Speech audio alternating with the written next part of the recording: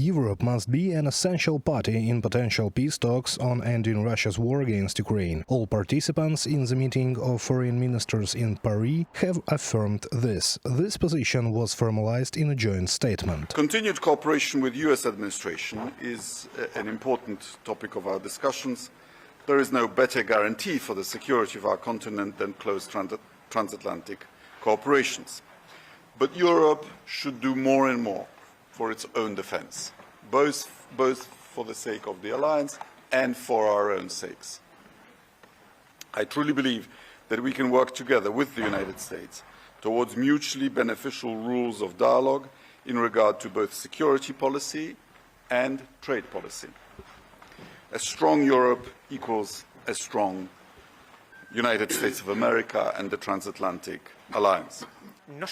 Nothing can be decided about Ukraine without Ukraine, and nothing can be decided about Europe's security without Europe. Russia's attack on Ukraine clearly impacts Europe's security. This statement comes in response to recent actions by Donald Trump. On February 12, the US president held a phone conversation with Russian dictator Vladimir Putin. Trump later described the discussion as lengthy and very productive. Following this, he also spoke by phone with Ukrainian President Volodymyr Zelenskyy.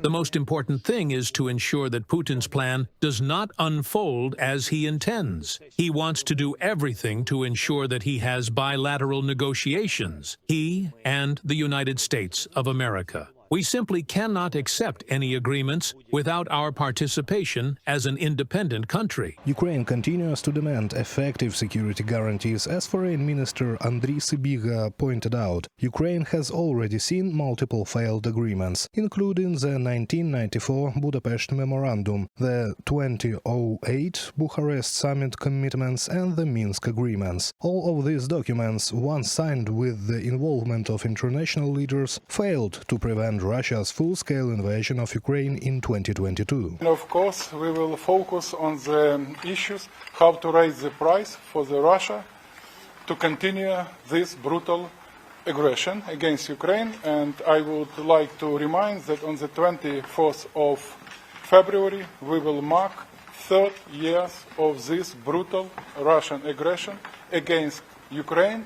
And it's not only about against Ukraine, it's against our common values. It's about world order, against world order based on international law and the principles of UN Charter. Paris shares this perspective. French Foreign Minister Jean-Noël Barrot stated on his social media platform that the ceasefire agreement brokered between Kyiv and Moscow in 2015 turned out to be nothing more than an empty promise violated by the Kremlin.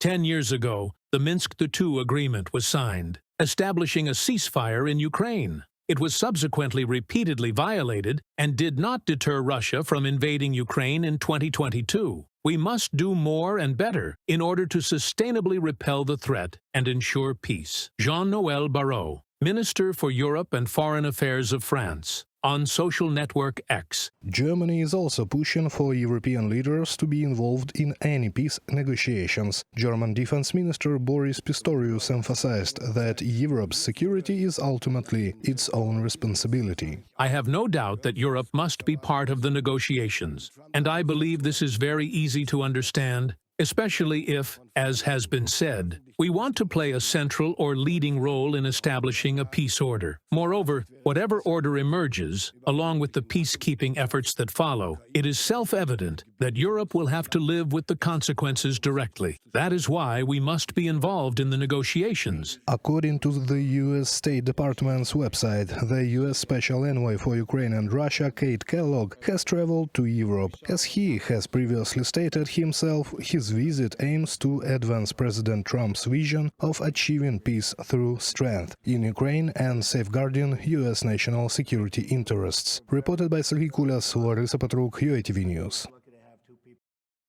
Brussels is obliged to find new resources to support Kyiv, head of European Union diplomacy has said. At the end of January 2025, Executive Vice President of the European Commission Valdis Dombrovskis said that the European Union plans to provide Ukraine with 35 billion euros of financial assistance in 2025 within the framework of the G7 ERA Credit Initiative and the Ukraine Facility Program. The European Union should increase military support to Ukraine to strengthen its defense against Russian aggression, Kaja Kallas believes. The EU is Ukraine's largest overall donor. We have contributed over 134 billion euros, including close to 50 billion in military aid. We cannot be doing less when we should be doing more. Where there's a will, there's a way. So I don't accept the argument that this or that has never been done before. I want us to find further financing solutions for Ukraine. Europe has money, and the question about money is not in Europe. They have a lot of it. The question in Europe is about the number of weapons they have on hand. This is a more difficult question because production is limited. It is not a fact that Europe can produce a huge number of shells and other weapons. That's exactly the problem they have. They don't have a money problem. They don't have that.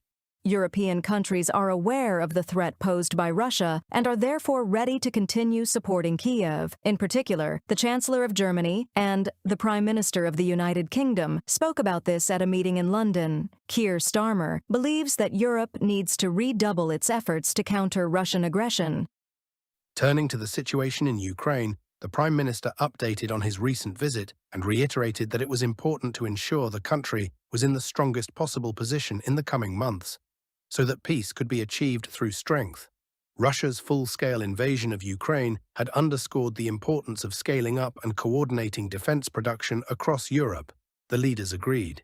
From a publication on the website of the United Kingdom government's press office, I think that in addition to the fact that they themselves will increase their level of assistance and production in Europe, including this year we will see a sufficiently large increase in the financing of production in Ukraine. Kyiv's partners should do everything to put Ukraine in the best possible position for the start of possible negotiations with the Russian Federation, NATO Secretary General Mark Rutte has said.